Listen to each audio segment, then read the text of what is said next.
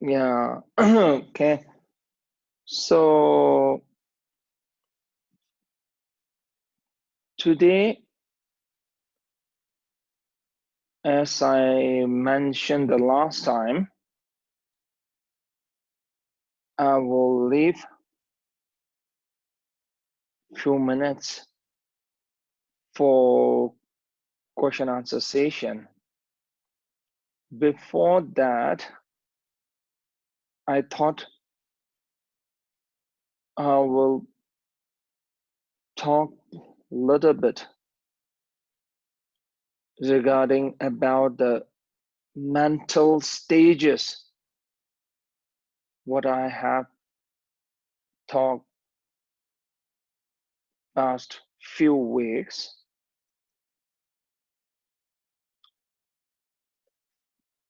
As you being as a meditator, or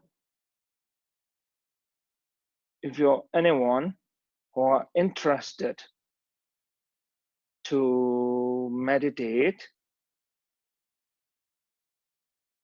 it's important to understand the way of how you can train your mind. When I'm saying the way of the training your mind, it is the way of the training the mind. What you have to understand is that how you can overcome the obstacles when you are meditating.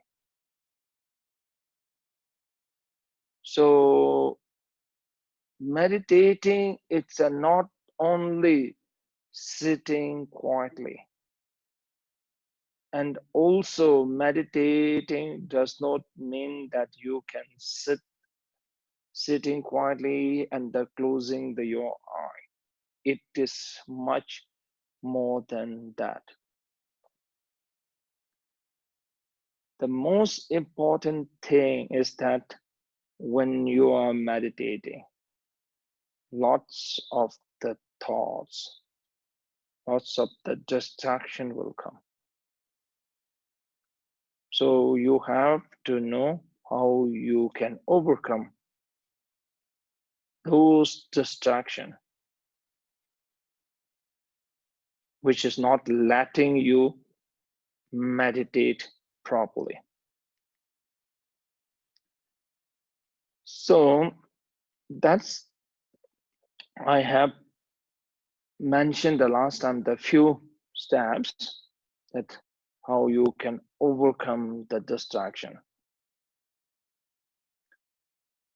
And also the last time I mentioned about the different stages, different stages.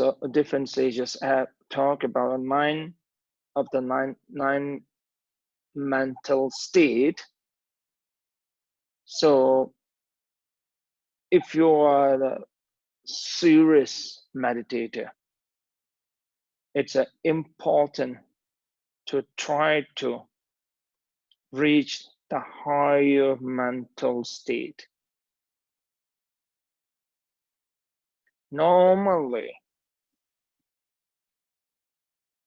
if you are serious about the meditation, it will take only 6 months to achieve the shamatha mental state. But even if you are not that serious, but if you are the constant meditator, you should achieve the shamatha state within 2 to 3 years, that you should achieve the shamatha state. Once you can achieve the shamatha state, then whenever and whatever that you meditate, you will not get distracted at all, or even when you meditate, the dullness will never appear. So that is the very important point. But even if you have not achieved the shamatha, but still it's important to achieve the sixth or seventh, the mental state. Once you reach of the sixth or seventh of the mental state, you can see big difference while you are meditating. You can focus, you can concentrate very well. So that's why in these last sessions, I was talking about the 9 mental state. So I reached last time, I think I reached at the 5th of the mental state. I was talking about the 5th mental state. Now today I will leave for the question answer session. So that's why if you have any question, then you can raise your question. Please go on if you have any questions.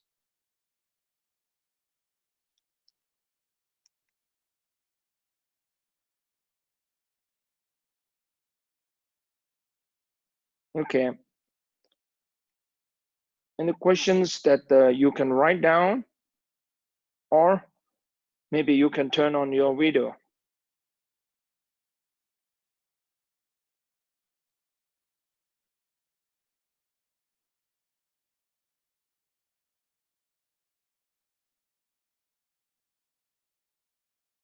Okay. Okay. Can you turn on the video? First, the Ishe. Okay, Ishe the duck. Can you turn on the video?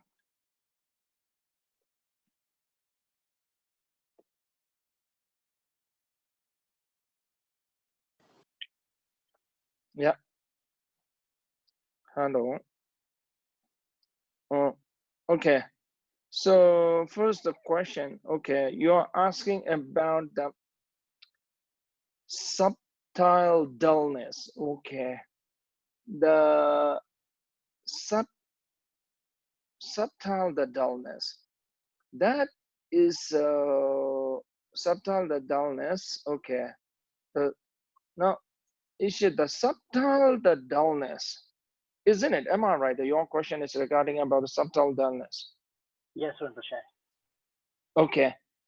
So dullness is, as I mentioned, that when you are meditating, and so once your image is not clear, that's called the dullness.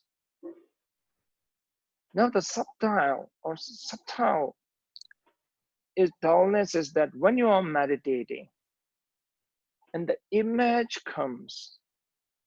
come, and the clarity of the image, when they isn't the clarity image ever something like a damage, or when the clarity of the image don't see that, when you have something effects on the clarity of the image, that called the subtle dullness. This is the very tricky point for the meditator. So when you're meditating and the images comes, but still the clarity is not there. So it's some sorts of the like that when you're meditating, and when you have the image of the statue or the image of the whatever you are meditating, but that image is the clarity is not might be there. Like when you look at a statue, the face might be not that clear. You might see the stages, the hand and the body might be clear, face might not be clear. Might be face might be clear, and might the body and hand might be not that clear. So that is the not a maybe I say the not a full clarity. When you lose the full clarity, that called the subtle awareness. Okay, okay. Then now go for the second question. Second question is okay, Jim, John? Sorry, the John. Can you just turn on the video? Hi, I'm here. Can you hear me? Yeah. Okay. So it's your question? Yes. Oh, John, okay, yes. My question was, how do you know when you've achieved all 9 stages? And I guess I had a second question. Is there a good retreat center for these long meditations to support somebody for such a long time? Okay, I could not get your second question. Okay, can you tell me the second question? Can you repeat your second question? Oh, yes. Is there a retreat center that you recommend for long meditations? Yeah. Okay. Second question seems more interesting. Okay. Okay.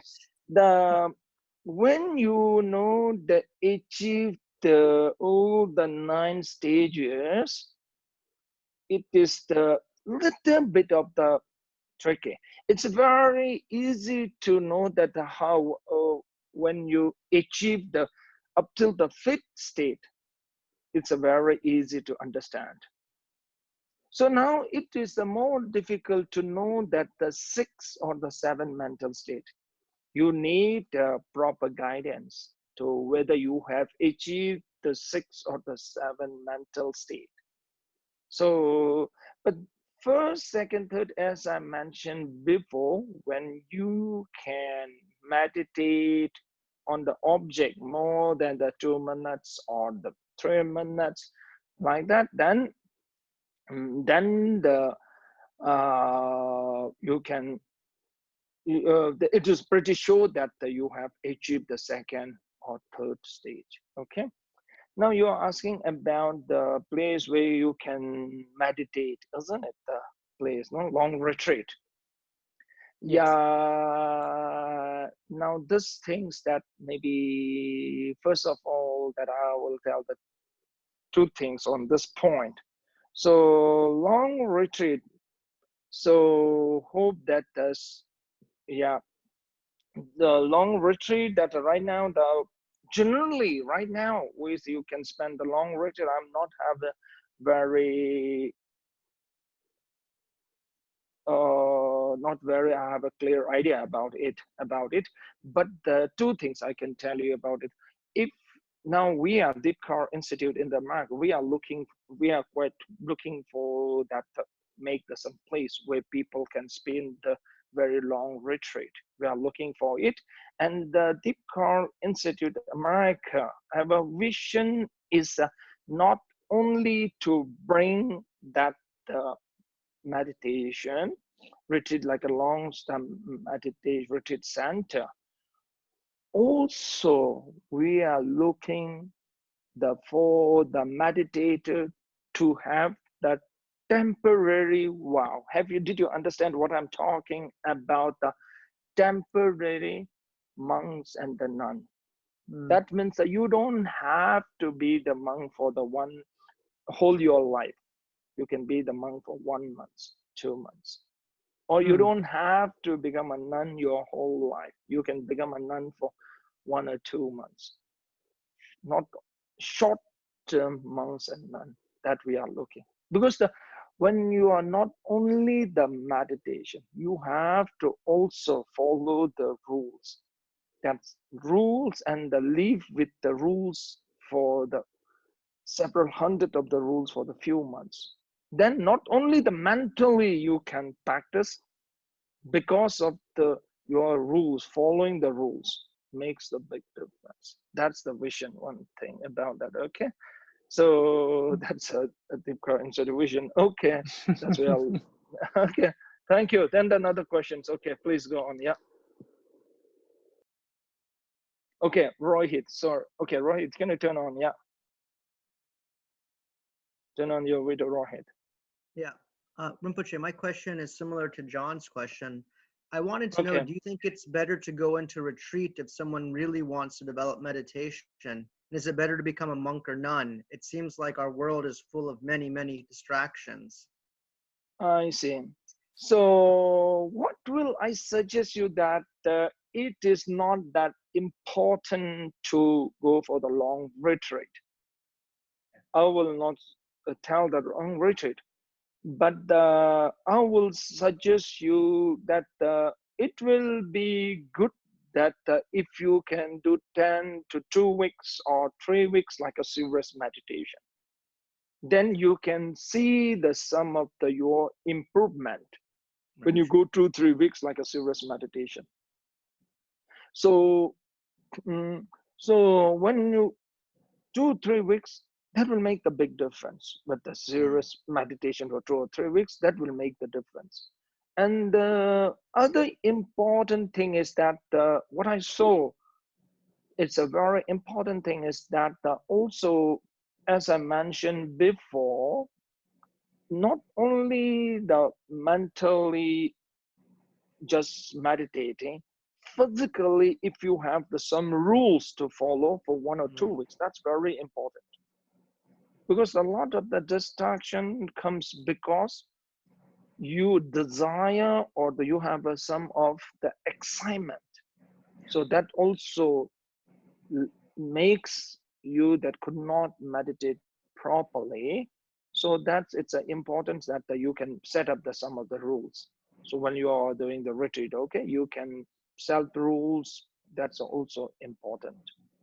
So if you're a bit serious, so I will suggest you that it will be good that if you get 2 weeks or 1 week or 2 weeks just focusing on the meditate. That's I will suggest that. Yeah, that's also a good idea. Okay, so now the another questions. Okay, now, okay, John. Okay, so it's a question is that what is the ideal amount of the time to spend each day in the meditation practice? Am I right? Yes.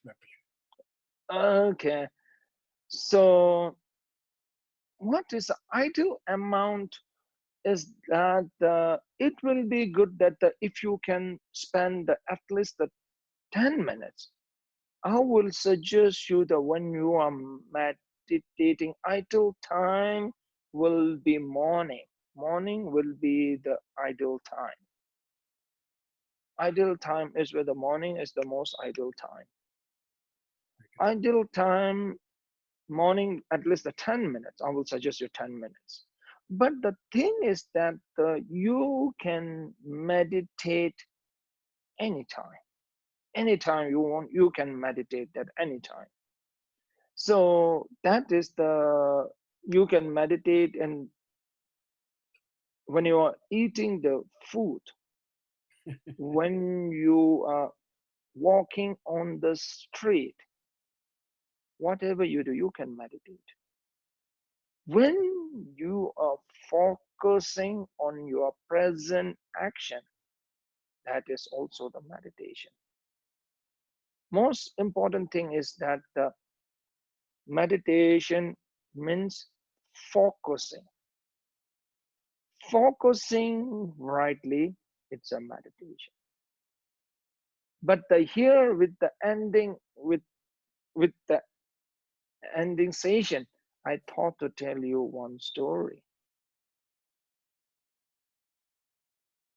After the death of the Buddha, he is the closest attendant and the student, his cousin called Ananda. After the death of the Buddha, his closest student, the Ananda, have achieved nothing. He was following the Buddha more than 30 years. Many of the Buddha students who comes much later him achieved a lot of the very high states in the meditations and achieved the realization, but he have achieved nothing. So he was so unhappy with it, and he thought that now I should meditate. I should achieve the high mental state, or I should achieve the realization. So then he started to meditate very hard. Very hard he was meditating.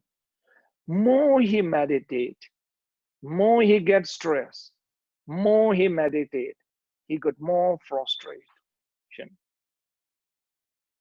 Because now he was meditating with the pressure. He was meditating because of them. He was doing it to, he was meditating because he was thinking that now I should achieve the realization, I should achieve the enlightenment. So that he is having a tremendous of the pressure. So that's why when he was more meditating, he was getting more frustration.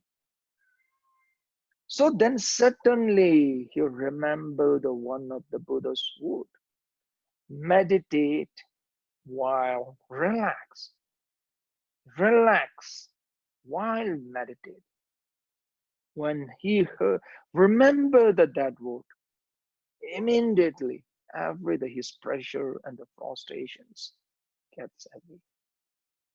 That is a thing when you are meditating. It's also important that when you meditate with the meditation is bring the more calm and the peace your mind. So not to pressurize yourself, okay?